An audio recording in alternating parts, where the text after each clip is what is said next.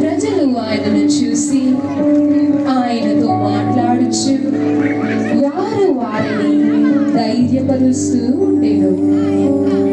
గ్రుడ్డివాడు త్రోవ పక్కన కూర్చుండి భిక్షము అడుగుకొని చుట్టెను.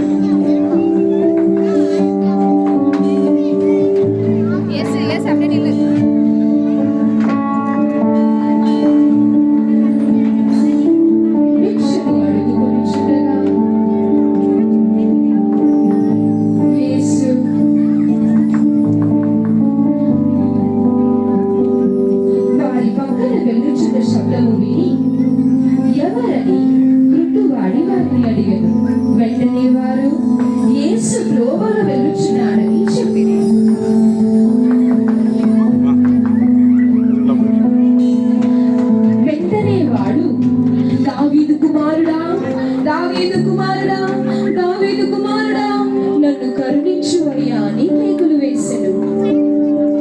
కేకులు వేయగా తన శిష్యులు వారి దగ్గరకు వచ్చి ఊరుకుంటుమని గద్దించిరి. వాడు ఆ మాట వినగా, దావీదు కుమారుడా, దావీదు కుమారుడా, దావీదు కుమారుడా, దావీదు కుమారుడా, నన్ను కరుణించు అయ్యా, నన్ను కరుణించు అయ్యా, నన్ను కరుణించు అయ్యా, దావీదు కుమారుడా, దావీదు కుమారుడా, దావీదు కుమారుడా అని బిగ్గరగా కేకలు వేసెను. వెంటనే యేసు తన శిష్యులను పిలిచి వానిని తీసుకొని రమ్మని చెప్పెను. వారిని తీసుకొని వచ్చి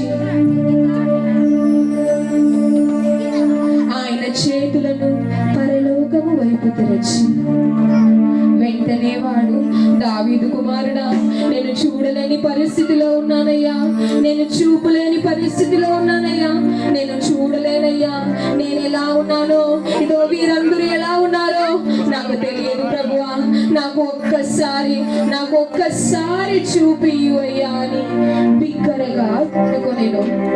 వెంటనే యేసు ఆయన చేతులను పరలోకము వైపు మరలా తెరచి దేవుని మహిమ పరుస్తూ వానిని చూచి వానిని ముట్టి లేపి, చూపునందుము, నీ విశ్వాసము నిన్ను రక్షించెను అనెను.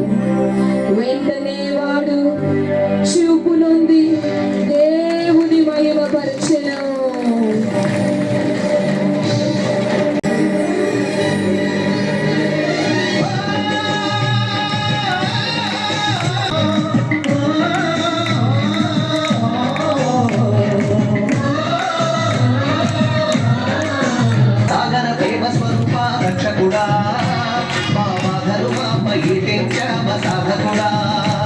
నీ బోధలే మాకు వెలుగు దివ్యలు పావనుడా,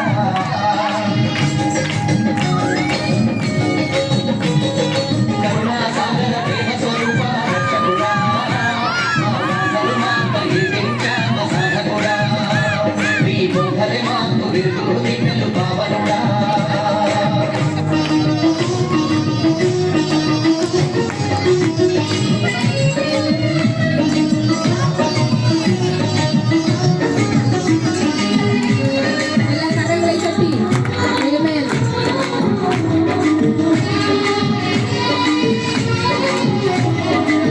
చూపులేని కాయాన్ని, చీకటి కాయాన్ని దేవసుతని స్పర్శ పవనం చేసింది.